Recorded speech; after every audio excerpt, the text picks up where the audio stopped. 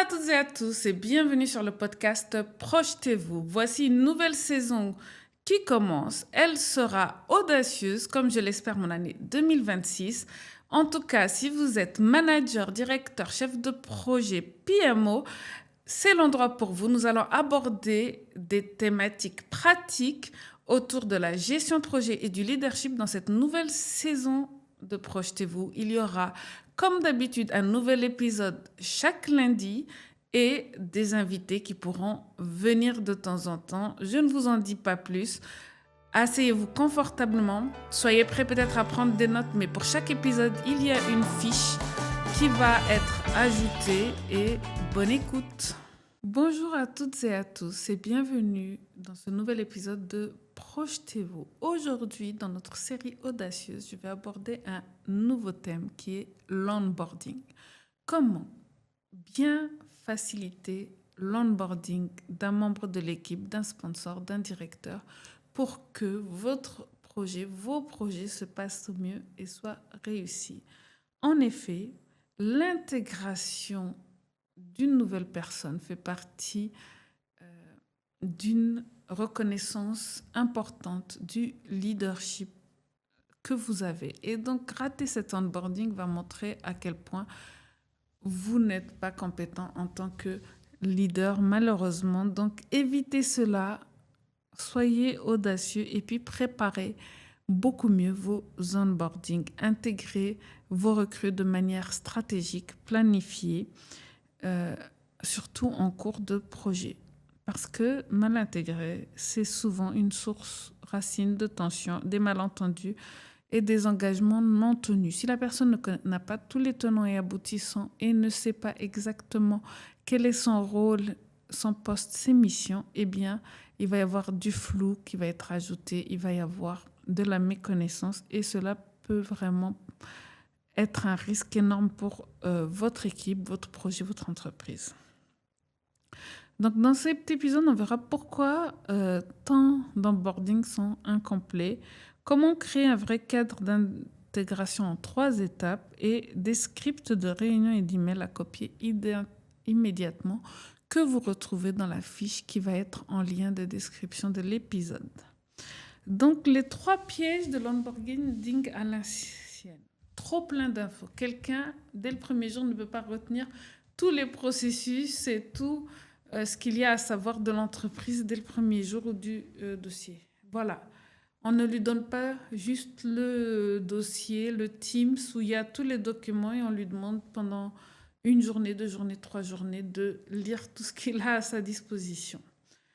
Il va décrocher, ne pas comprendre et perdre du temps à ensuite essayer de rattraper justement les trains qu'il a manqués. Ne pas avoir d'échanges réels. Je l'ai vécu dans certaines de mes missions où le client me donne juste les documents et me dit voilà, il va falloir travailler avec ça, alors que en tant que PMO, chef de projet, sponsor, membre d'équipe, on a besoin d'avoir un échange réel pour savoir le pourquoi du comment, donner un sens aux documents qui existent et savoir déjà les prioriser.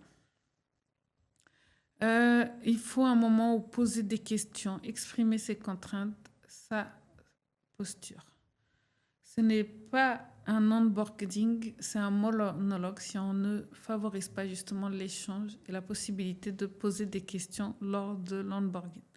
Une autre erreur qui est faite, c'est l'absence de suivi. C'est-à-dire une fois qu'on a envoyé l'email avec toutes les ressources et les liens, plus aucun point dédié. Le nouveau est censé tout comprendre. L'équipe se débrouille pour inclure le prestataire, le sponsor, le nouveau membre de l'équipe, mais sans point de contact, chacun interprète à sa manière par rapport à son historique, par rapport à ses expériences passées.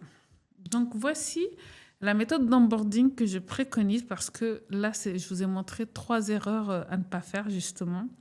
Donc, étape 1, prévoir un pack d'accueil utile, pas plus d'1 page, avec les objectifs des projets, de l'entreprise, du département en une seule phrase, un avancement global, un planning avec 3 jalons clés, les rôles de l'équipe, les liens utiles, des canaux de communication qui sont utilisés et où on trouve certaines notices pour mettre en place certains de nos outils ou paramétrer. Donc voilà. Ensuite, une réunion d'alignement. Pas une réunion de plus, mais c'est plutôt un échange. Clarification, une écoute mutuelle. Donc on va poser le contexte. Voici où nous en sommes, ce qui a été fait, ce qui reste. Voici ce que nous attendons de vous dans ce projet. Souhaitez-vous que l'on revienne sur un point, un document, une décision passée? Y a-t-il des points de vigilance, des priorités à connaître? Ce moment permet de verbaliser des attentes floues, d'identifier des blocages invisibles, de créer une vraie relation de travail, pas juste un statut de présence. L'alignement, ce n'est pas un tableau, c'est une conversation. Et donc là, il va falloir utiliser un outil, un trait de personnalité que je préconise, c'est l'écoute active. En effet, quand on est dans un monologue, quand on voit un message, si on n'a pas le feedback, si on ne s'assure pas que la personne en face a bien compris, c'est comme, on dit, je crois, pisser dans un violon ou un truc comme ça. Donc, ça ne sert à rien puisque la personne n'a pas justement assimilé ce que nous, on avait à communiquer. Donc, il faut aussi ressortir avec des techniques d'écoute active comme questionner. Qu'est-ce que tu as compris dans ce que je viens de te communiquer? Est-ce que tu peux la reformulation, est-ce que tu peux reformuler pour s'assurer qu'en face, on a bien compris de quoi il s'agissait et qu'on a bien assimilé les points nécessaires, les réponses aux questions que je viens de vous dire. Ensuite, il faudrait un point de suivi dédié. Comment ça se passe pour vous à ce moment-là? Qu'est-ce qui n'est pas encore clair? De quoi avez-vous besoin? Et comme ça, on peut à chaque fois réinsuffler des choses que la personne n'aurait mal compris ou n'aurait pas encore découvert sur le projet. Et ça, plutôt que, comme on dit, d'avoir 20 documents à lire en 1 ou 2 jours, ces 20 documents qui sont importants, on peut les étaler sur la durée où on aura un document en fond de tâche pendant 2 ou 3 semaines jusqu'à atteindre les 20 documents au bout de quelques mois. Ce n'est pas un routing, c'est juste un cadre de soutien et de régulation. Voilà. Donc, ce qui est mis en place, par exemple, dans l'onboarding par les RH, souvent, c'est un slide de cadrage transmis en amont avec les objectifs, les jalons, les points de vigilance. Une réunion de 45 minutes doit ensuite suivre avec l'écoute des attentes, la reformulation, les arbitrages rapides et finalement un email d'accueil type. Bienvenue dans le département XX. Bonjour Marc, voici les éléments essentiels pour vous intégrer facilement au projet, les objectifs, le planning, les interlocuteurs, lien vers le dossier partagé. Nous vous proposons un échange de 30 minutes pour vous présenter les points essentiels. Ensuite, pour la réunion d'alignement, qu'attendez-vous de ce projet? Y a-t-il des contraintes ou attentes que vous souhaitez poser dès maintenant?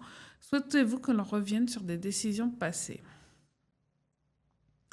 Donc, pour vous, la prochaine fois que vous pensez à intégrer une nouvelle personne, pensez onboarding, une page visuelle claire, une réunion d'alignement et puis un point de suivi régulier pour s'assurer que l'onboarding se fait correctement et que la personne assimile correctement toutes les informations. Vous gagnerez des heures de correction, d'explication et de tension inutiles. Un onboarding raté, il coûte plus cher qu'un recrutement raté, car on reste, mais mal intégré, donc on ne comprend pas toutes nos missions, ni le but du projet, donc il va y avoir des malentendus, donc il va y avoir des pertes de temps. Et pourtant, avec une page, plus 30 minutes, plus un point de suivi régulier, on peut faire toute la différence. Donc, mettez-le en place dans vos onboardings si ce n'est pas déjà fait. Merci pour votre écoute, pour ce nouvel épisode qui était un peu moins audacieux, mais en le cadrant bien, vous pourrez être audacieux sur beaucoup d'autres activités et actions du projet. N'hésitez pas à télécharger la fiche qui est en lien de l'épisode et Je vous souhaite une bonne semaine et on se retrouve lundi prochain pour un nouvel épisode de Projetez-vous. Merci d'avoir écouté cet épisode de Projetez-vous. Je suis sûre qu'il vous aura été utile. Je réfléchis à chacun de mes épisodes à ce que cela peut vous apporter dans votre quotidien de chef de projet, PMO, directeur, manager. N'hésitez pas à partager les astuces, les plans d'action que vous avez en tête et bien sûr à commenter, partager. Vous pouvez, si vous voulez aller un peu plus loin, aussi réserver des créneaux de 30 minutes pour un bon café visio avec moi où on pourra parler, aller plus loin sur ce sujet. Je vous dis à la semaine prochaine et surtout, projetez-vous avec ces conseils.